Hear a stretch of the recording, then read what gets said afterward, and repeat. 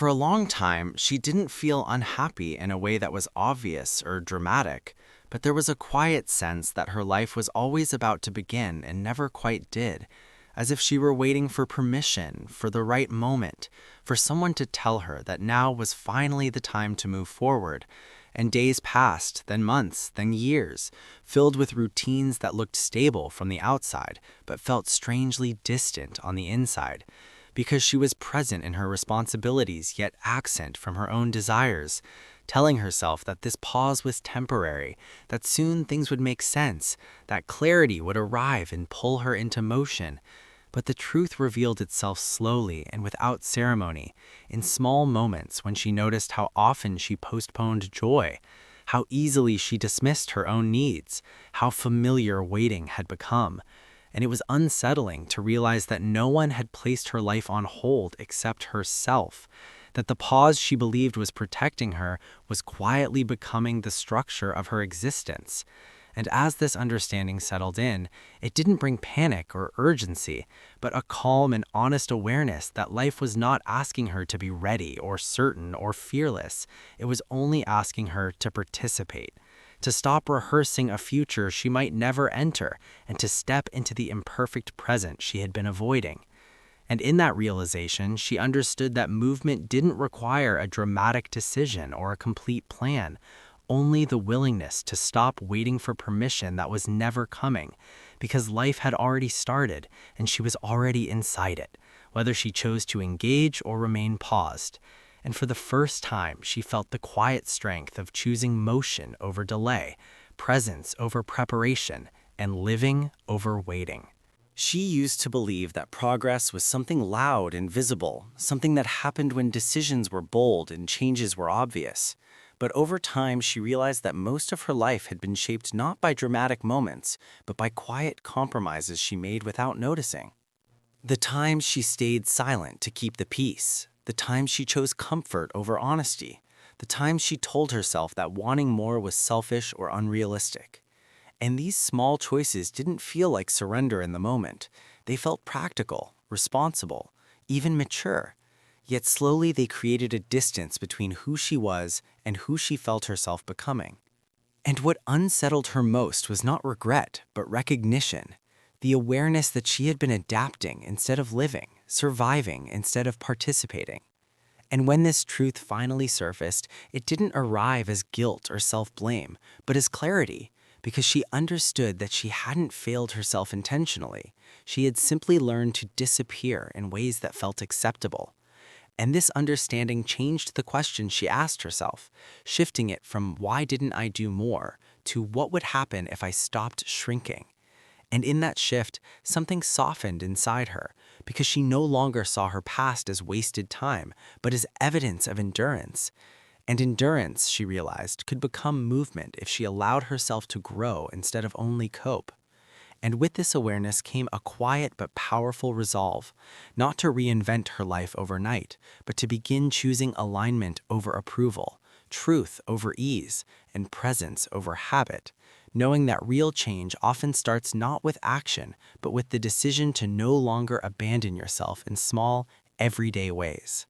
For a long time, she thought uncertainty was something to fear, a sign that she was behind or doing something wrong, because everyone around her seemed so certain, so decisive, so confidently moving forward, while she felt suspended between versions of herself, not lost exactly, but not anchored either.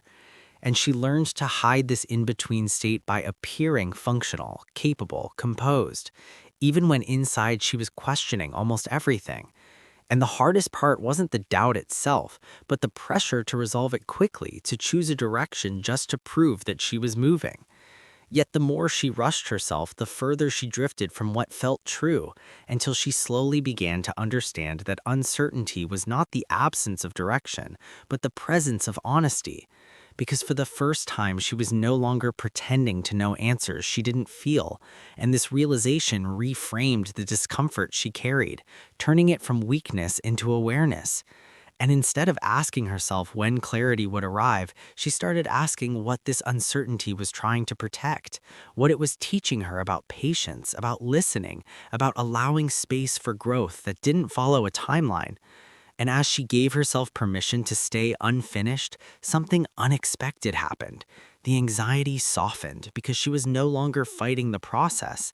And in that surrender, she discovered a new kind of strength, the strength to move forward without guarantees, to trust that becoming does not require certainty, only sincerity, and that her life did not need to look resolved to be meaningful.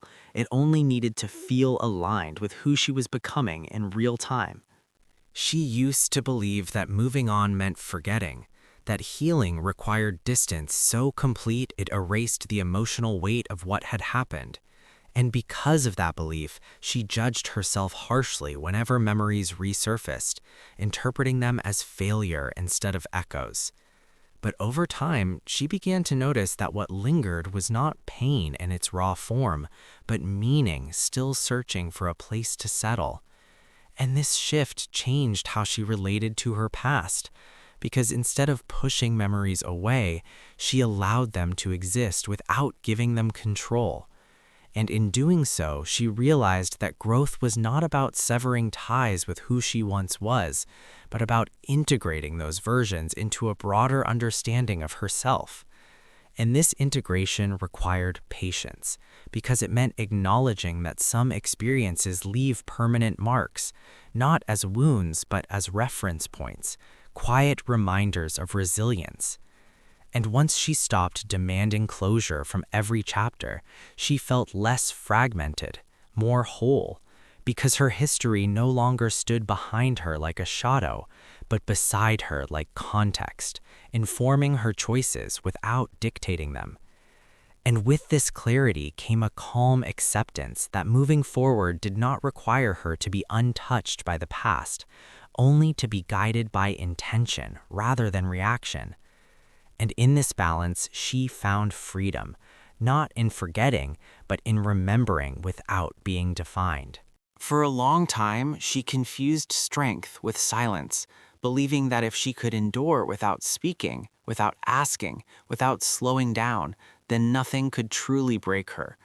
And this belief shaped the way she moved through relationships, work, and even her own thoughts, because she learned to minimize discomfort rather than examine it. But eventually, the weight of what she carried without acknowledgement began to surface in subtle ways, through exhaustion, through detachment, through a persistent sense that she was living slightly outside her own life.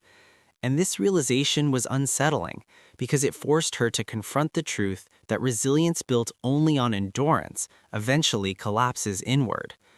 And so she began the quieter work of redefining strength, not as resistance, but as responsiveness, the ability to notice when something no longer fit and to respond with honesty instead of habit. And this shift did not make her weaker, as she once feared, but more grounded, because she no longer relied on constant self-control to feel safe. And as she practiced allowing discomfort to be visible, even if only to herself at first, she discovered that strength was not proven by how much she could carry alone, but by how consciously she chose what to carry at all. And in this awareness, her life became less about survival and more about alignment, a steady movement toward a version of herself that no longer equated silence with power. Somewhere between becoming reliable and becoming invisible, she lost the ability to ask herself simple questions because her life had slowly filled with expectations that were never clearly spoken but always quietly enforced.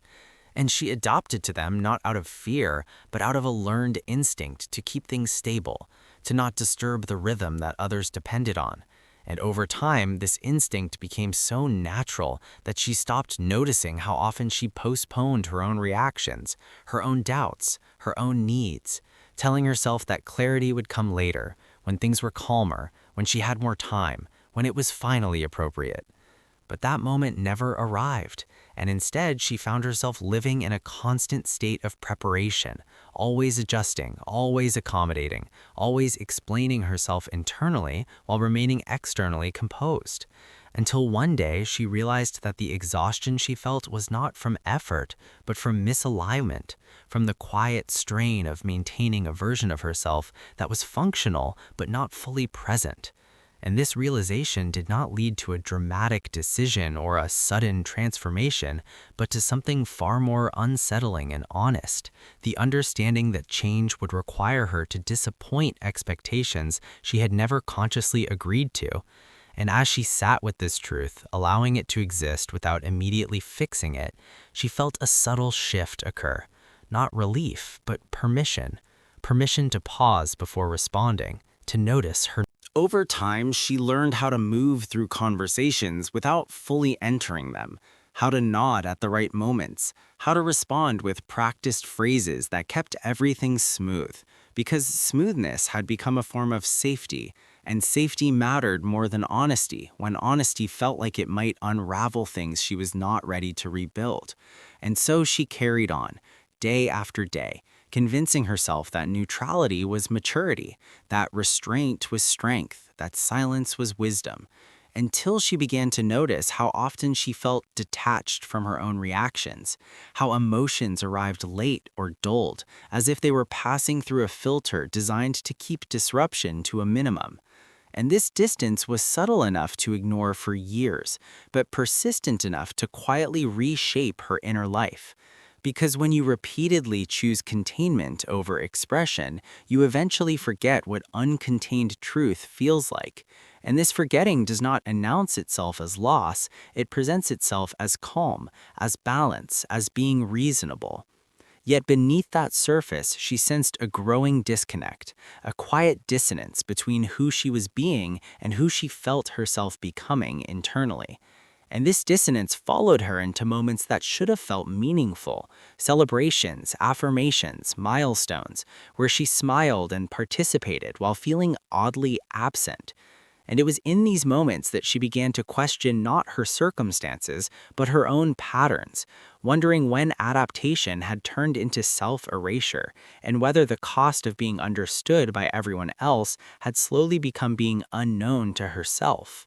As she became more aware of this quiet absence within herself, she did not rush to correct it, because rushing had always been part of the problem, the instinct to adjust quickly, to smooth over discomfort before it fully formed, and instead, she began to sit with moments of unease longer than usual, noticing how unfamiliar it felt to allow thoughts to remain unresolved, how tempting it was to distract herself with productivity, conversations, or small routines that restored the illusion of control.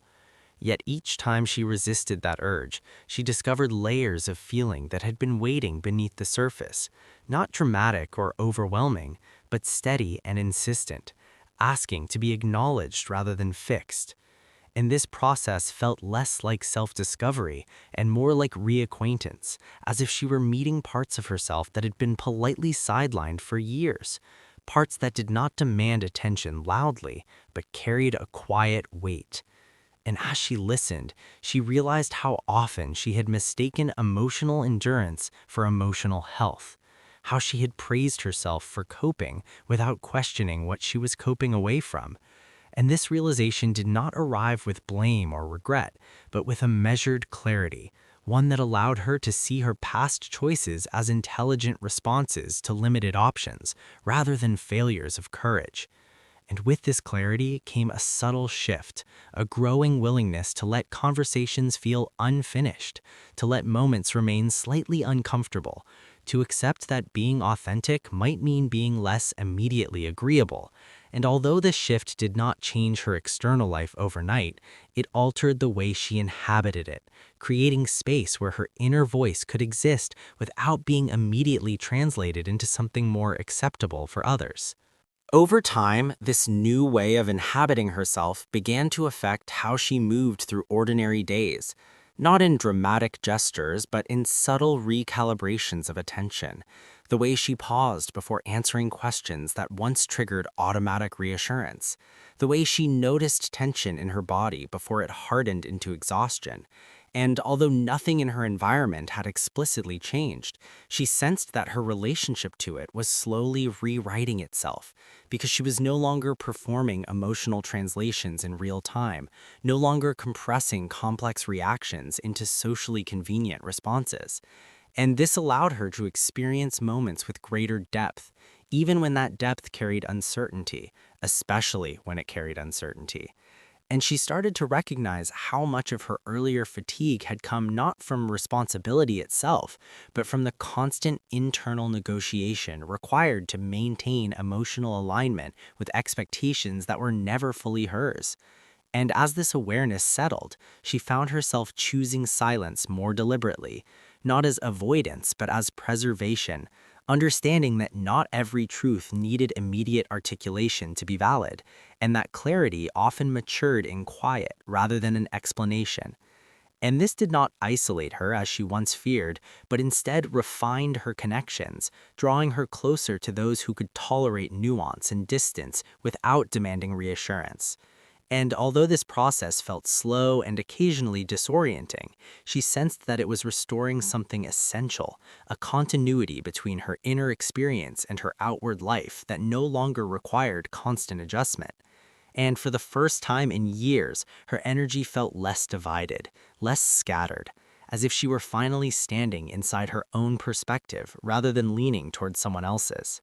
Eventually, what surprised her most was not how much had changed around her, but how quietly and completely her inner orientation had shifted, because the absence of constant self-correction created a space where her thoughts could settle without urgency.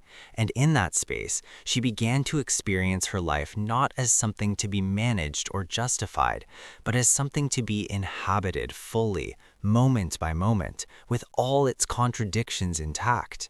And she realized that for years she had mistaken emotional vigilance for care, believing that staying alert to everyone else's needs was the same as being present, when in reality it had kept her perpetually one step removed from her own experience.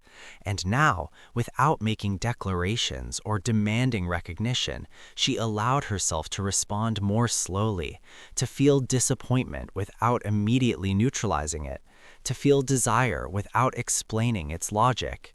And this permission did not make her reckless or detached, but grounded, because her choices began to emerge from coherence rather than reaction. And although uncertainty still existed, it no longer felt like a threat that required resolution, but a natural condition of being awake and honest. And as she looked forward, she did not imagine a future defined by dramatic transformation or absolute certainty, but by a steady commitment to remain aligned with herself, even when that alignment was uncomfortable or imperfect, understanding that peace was not something achieved through closure or control, but something sustained through attentiveness and self-trust. And in accepting this, she felt a calm that was neither euphoric nor fragile, but durable, a quiet confidence rooted in the knowledge that she no longer needed to disappear inside her own life to keep it intact.